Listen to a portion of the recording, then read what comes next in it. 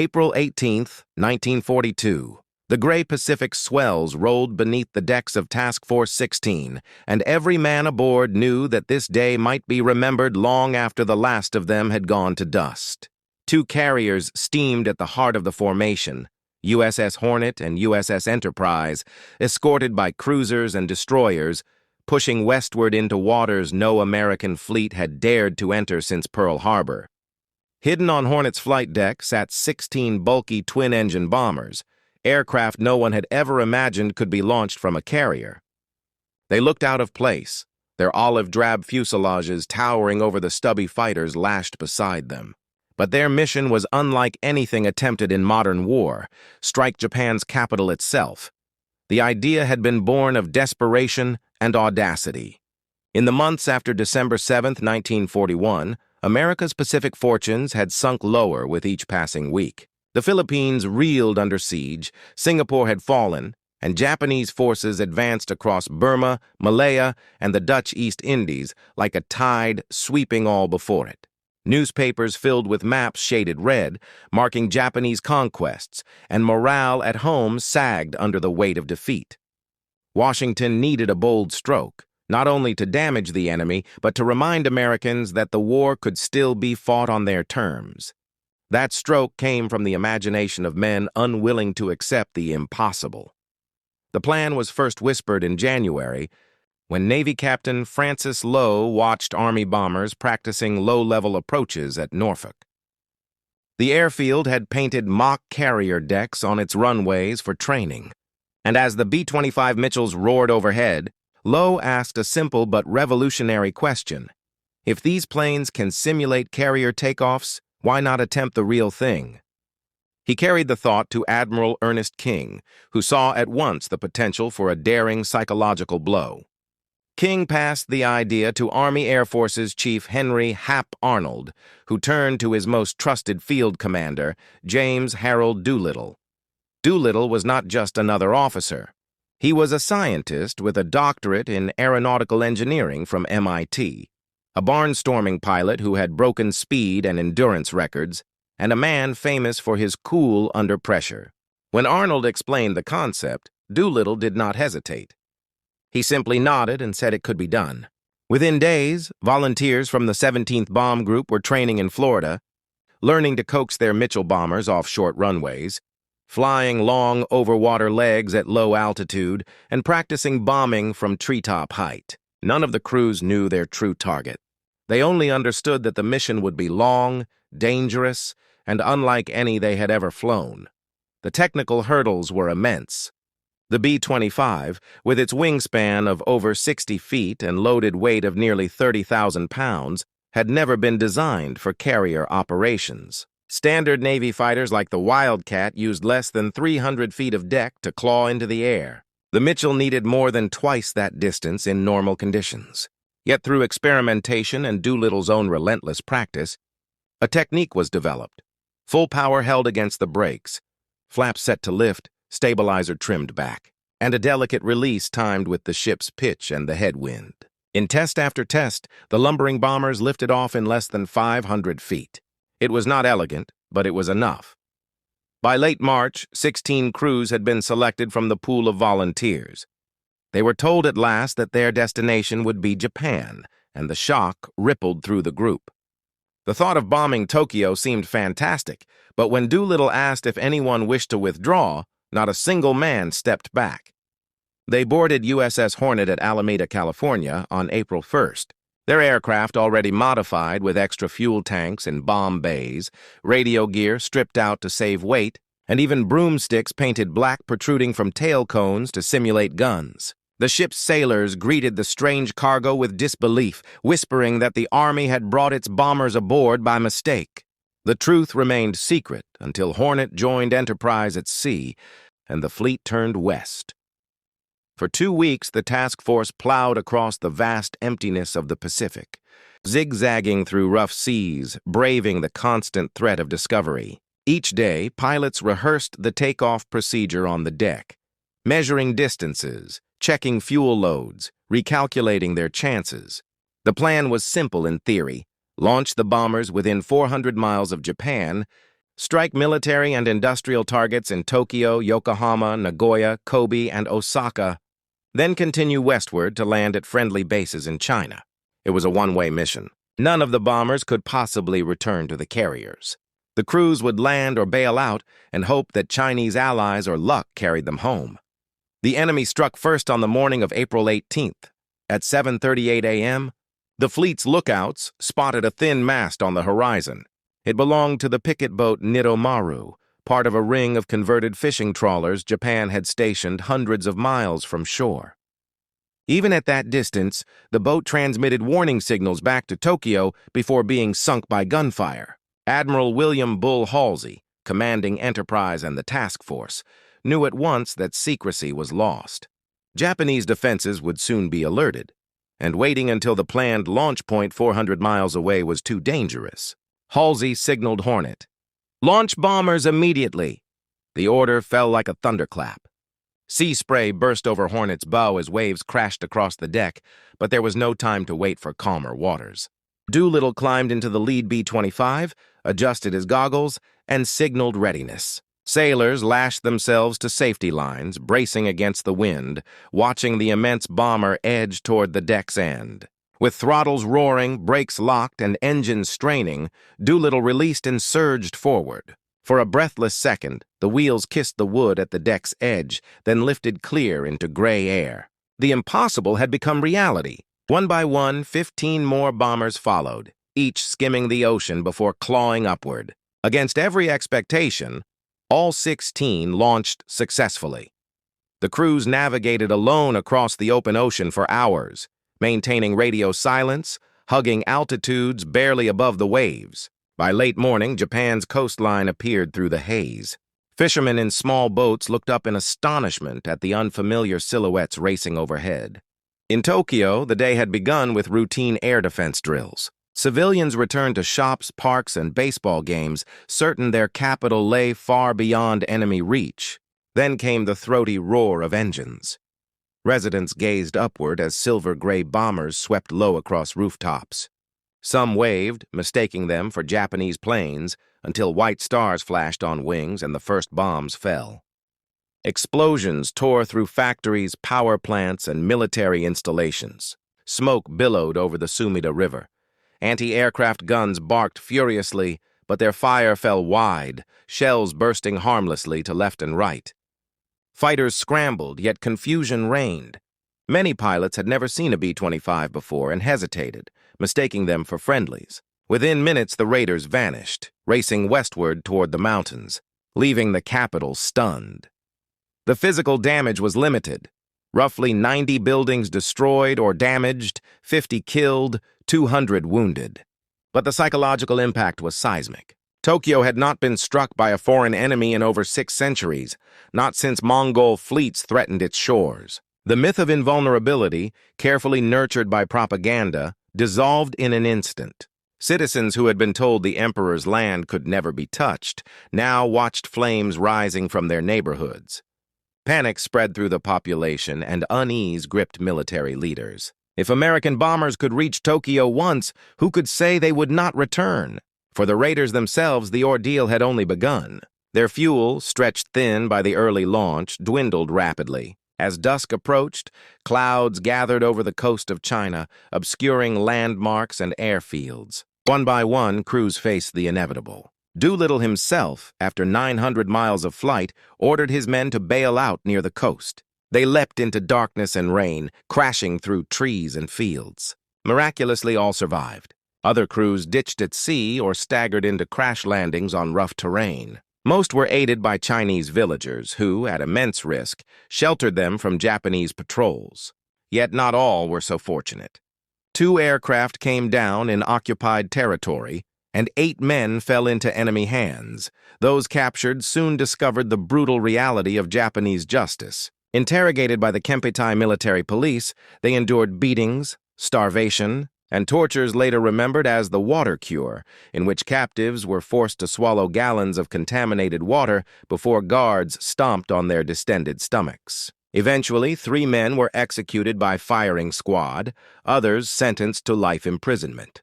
They would languish in solitary cells for over 3 years. some perishing from disease until liberation in 1945. Their ordeal, unknown to the public at the time, added a darker chapter to the raid's legacy. Back in Tokyo, the reaction inside military headquarters bordered on hysteria. Officers demanded explanations, searching for scapegoats. The commander of the city's air defenses, overwhelmed by shame at his failure, committed ritual suicide. Admiral Yamamoto, architect of Pearl Harbor, was shaken to his core.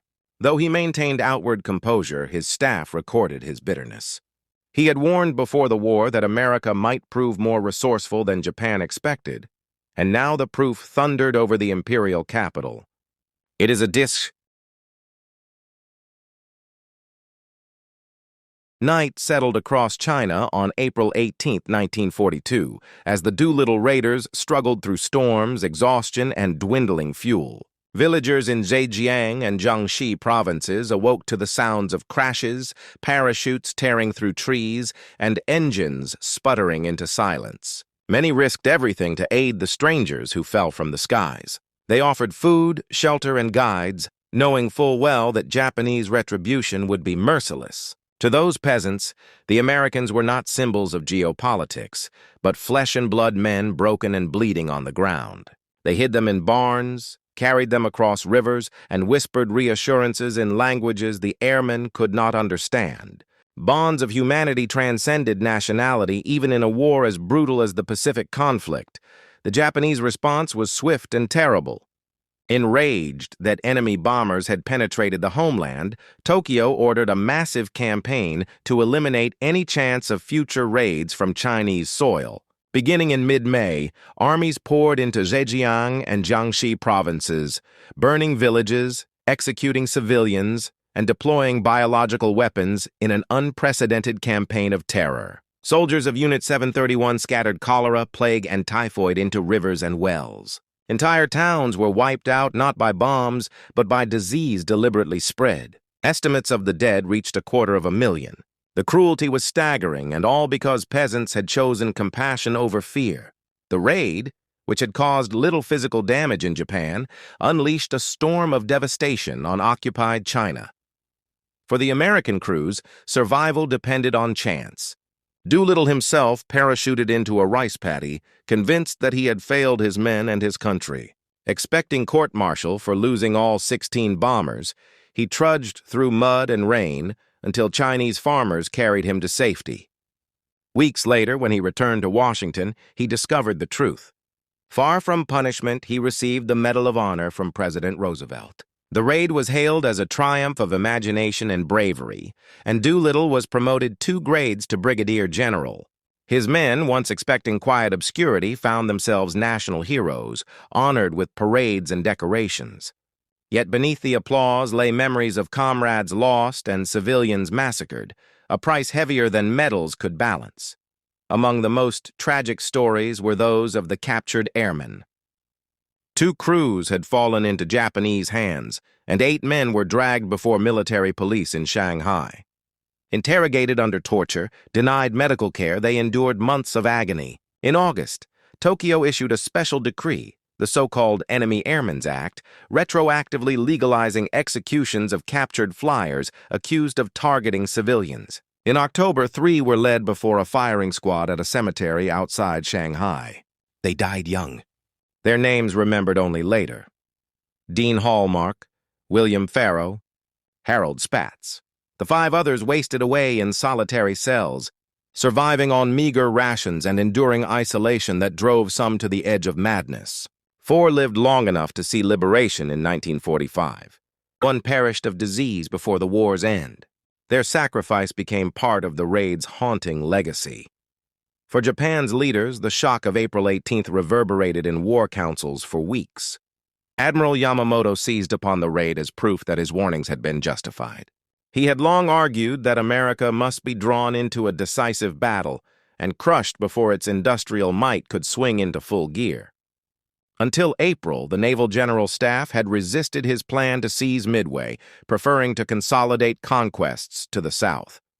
But the humiliation of Tokyo aflame forced their hand. If bombers could launch from carriers and reach the capital, Japan's defensive perimeter had to be pushed farther east. Thus, the path to Midway opened directly from the smoke that hung over Tokyo that spring afternoon. The irony is that the very overreaction intended to protect Japan helped bring about catastrophe. In designing the Midway operation, Yamamoto insisted on including a diversionary strike in the Aleutians, fearing that American bombers might one day use Alaskan bases as launch points. 2 carriers were detached northward, weakening the main striking force. When the climactic battle came in June, American codebreakers exploited Yamamoto's plan, ambushing the Japanese fleet and sinking 4 carriers in a matter of hours.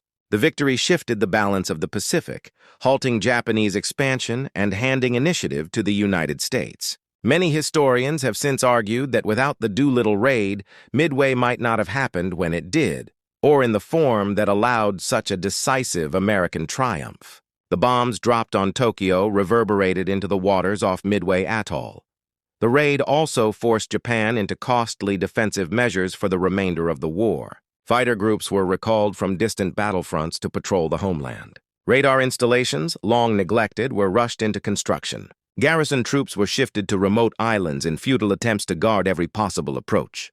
The effect was exactly what Doolittle's planners had hoped: disproportionate allocation of resources to defend against a relatively small threat. Japan's strength, already stretched thin across thousands of miles of ocean, became even more diluted.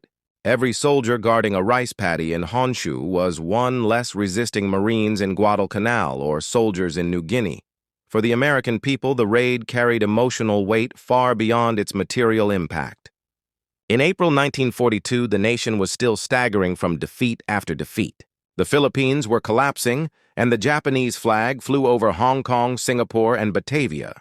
Headlines had been grim for months. Then came the announcement. American bombers had struck Tokyo. The effect on morale was electric. Newspapers sold in record numbers. Civilians flocked to theaters to watch newsreels showing the raiders' smiling faces. Children memorized the names of cities hit. At a time when doubt crept into every conversation, the raid provided proof that the United States could and would strike back. Its value lay not in tons of bombs, but in the spark it lit in millions of hearts. The men who flew the mission carried its memory differently. Some, like Ted Lawson, immortalized their experience in books and films that inspired generations. Others carried wounds, both physical and invisible, that lasted their lives. Jacob DeShazer's story stands apart. Tortured and imprisoned for years, he emerged with a transformed heart, determined to forgive his captors. After the war, he returned to Japan as a missionary, preaching reconciliation in the very cities he once bombed. His tract, I Was a Prisoner of Japan, circulated widely, and one of its readers was Mitsuo Fuchida, the Japanese pilot who had led the attack on Pearl Harbor. Fuchida, wrestling with the meaning of defeat, found in DeShazer's words a new path. He too converted, and the 2 men who had once been mortal enemies became friends, preaching side by side. From the ashes of war grew a bond of forgiveness that symbolized humanity's capacity to heal. The raid's technical feat also left a legacy in military innovation. Launching medium bombers from a carrier had seemed absurd, yet it worked. Though never repeated on the same scale, the principle demonstrated that imagination could overcome limits thought absolute. It reminded planners that war is not fought only with machines, but with minds willing to test boundaries.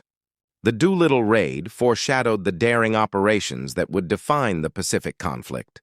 Carrier strikes, island hopping, and the relentless pushing of logistics to extremes. It proved that audacity could change the course of strategy.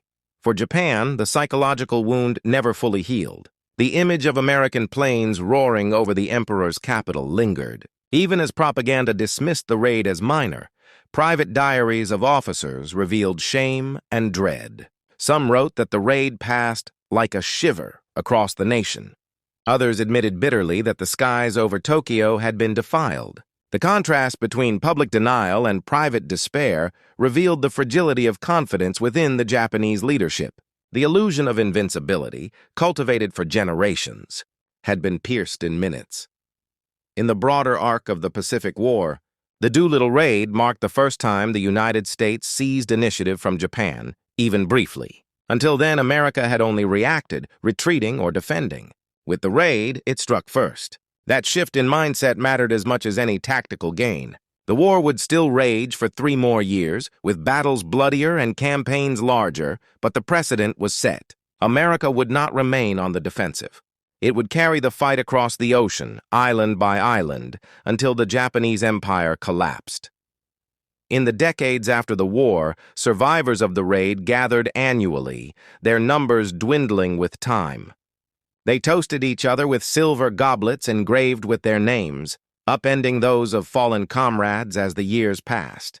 By the early 21st century, only a handful remained. In 2013, 3 of the last 4 surviving raiders held their final public toast at the National Museum of the U.S. Air Force, honoring their brothers and the mission that had defined their lives. Richard Cole, Doolittle's co-pilot, lived until 2019, the last to carry the memory firsthand. When he died at 103, an era closed, but the story lived on in history books, films, and the imagination of those who study courage. The Doolittle Raid was never about tonnage of bombs or destroyed factories. Its true target was the human mind, Japanese minds forced to accept vulnerability, American minds lifted from despair, and military minds compelled to adapt. With 16 aircraft, 80 volunteers, and 1